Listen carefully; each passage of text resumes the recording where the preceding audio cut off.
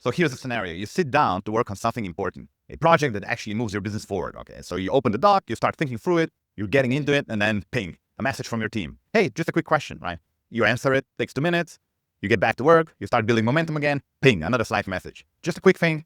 Okay, you answer it, back to work, 5 minutes later, another one. By the end of the day, you've been interrupted 10 or maybe even 20 times. And that important project, you barely touched it. And here's what's happening. Quick questions might feel harmless. They only take a minute or two, but they're destroying your ability to do deep work.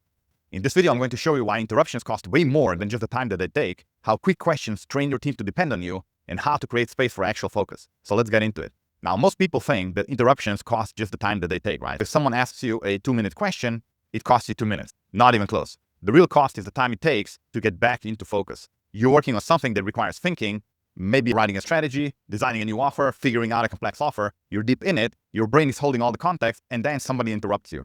Just a quick question about a client. You switch your brain to that context. You answer the question, and then you switch back to what you were doing. But now you've lost your place. What were you thinking about? Where were you going with this? You have to rebuild the context in your head, and that takes time. And studies show that it's an average of 23 minutes to get back into deep focus after an interruption. 23 minutes, okay? So a 2-minute question actually costs you 25 minutes because you lose the 2 minutes plus the time to rebuild focus. And if you get interrupted 10, 20 times a day, it's not just 40 minutes lost, that's potentially 8 hours of focus destroyed. You were available all day, but you accomplished nothing that required thinking. So why does your team keep asking you quick questions if it's so expensive and so costly for you? There's 3 reasons. First of all, you train them to do it. So every time somebody asks you a quick question and you answer immediately, you're just teaching them that this works. They get instant answers. It's easier for them than just figuring it out on their own. So they keep doing it, right? You think you're being helpful, but in reality, you're actually training them to interrupt you whenever they're uncertain about anything. The second reason is there's no other way to get answers. So the information they need isn't documented. The decision framework doesn't exist. The policy isn't written down, so they have to ask you. Because why? You're the only source of information. Now, as long as that's true, the questions won't stop. The third reason is you're always available. You respond to messages immediately, you're online all day, your status is green in Slack, so they don't think twice about asking. Because if you're available, then why wouldn't they ask? They don't realize they're destroying your ability to do focused work. They just know that you'll answer. Now let's break down the types of quick questions you're probably getting. Not all of them are the same. The first one is information questions. Where's the login for this? What's our policy on that? Who handles this? And these shouldn't even be questions. This information should be documented in your company wiki, in your systems, in your team matrix, on your command center, wherever you have these things documented. If people keep asking the same information questions, then that's a documentation problem. You write it down once, and then you point to it forever. The second type is decision questions. So should I do this or should I do that? Is this okay? Or do you want me to handle it this way? These shouldn't be questions either because they're judgment calls that should have frameworks. If you have defined standards and boundaries, then people can make these decisions on their own. If they keep asking, that means you haven't given them clear enough guidelines. The third type is approval questions. Can I spend this money? Can I give this discount? Can I make this change? And these are permission questions, basically. They're permission requests, and they exist because you haven't delegated authority. You've kept all the approval power, so everything routes through you. That's why people need to ask you whenever something like this pops up. The next type is real questions. Now, something truly new came up, right? A situation you never faced before, a decision that actually requires your judgment, and these are the only questions that are actually okay. These should come to you, but if 90% of your quick questions are types 1 to 3, you have a systems problem and not a people problem. Okay, so how do you fix this? How do you protect time for deep work when your team needs answers?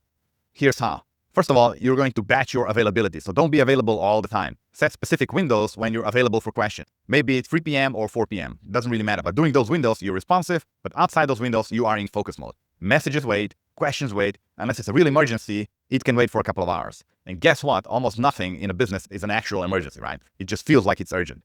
Step 2 is set response time expectations. So tell your team, I check messages twice a day. Maybe I check it for lunch and then in the afternoon, right? If you message me at noon, I will see it during my lunch or I will see it in the afternoon. If you truly can't wait, then you can tag me, right? But for everything else, expect a few hours. And this does 2 things. Number 1, it protects your focus time. And number 2, it's going to train your team to solve things themselves instead of immediately asking you. Because when they know the answer isn't coming for a few hours, they're more likely to go and figure it out on their own.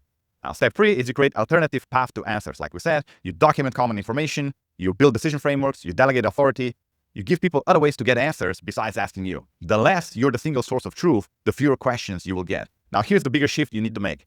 You need to move from sync real-time communication to async communication. Synchronous means real time. I ask you and you answer now. And then we go back and forth right away, and then there's chatting. And that's how most teams operate. Slack messages all day, quick calls, constant real-time interaction. It feels responsive, but actually it destroys focus. Async means it's delayed. So I ask and you answer later, right? I can record a short Loom video explaining something, and then you'll watch it when you have time. I write a status update and you read it when you're ready. So there's no real-time back and forth required, and this protects focus. So you can batch communication into specific times instead of spreading it across the whole day, reacting real-time to anything that happens, right? You can think through your responses instead of firing off quick replies. That's another benefit. You can work interrupted for hours. Most things don't need real-time discussion. They need clear communication and time to think. And async gives you both.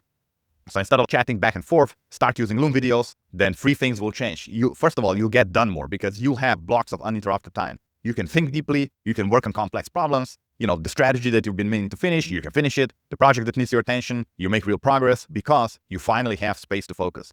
The second thing is your team gets more capable. So when they can't immediately ask you, they learn to solve things on their own. Like they'll check documentation, they'll make decisions within the frameworks that you gave them, they figure things out, and they get better at their job because constant availability makes your team dependent, but delayed availability makes your team capable. The third thing is your stress will go down because you're not constantly context switching. You're not always on call, on demand. You're not carrying the mental load of being available to everyone all the time. You work in focus blocks, then you batch communication, and then you focus again. And your brain can actually rest between contexts.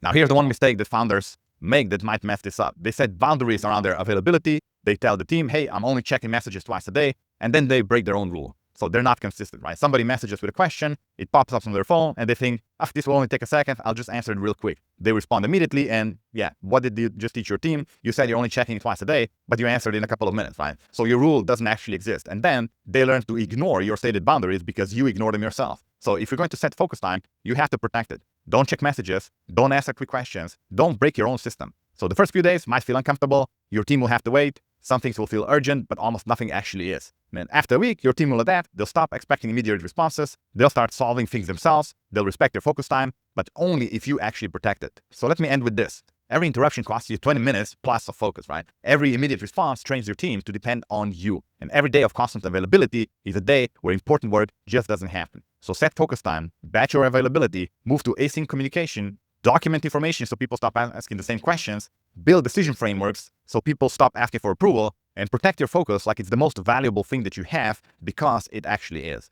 So that's how you stop being constantly interrupted, and that's how you actually get important work done. And that's how you can build a business that doesn't require you to be available every single minute of every single day.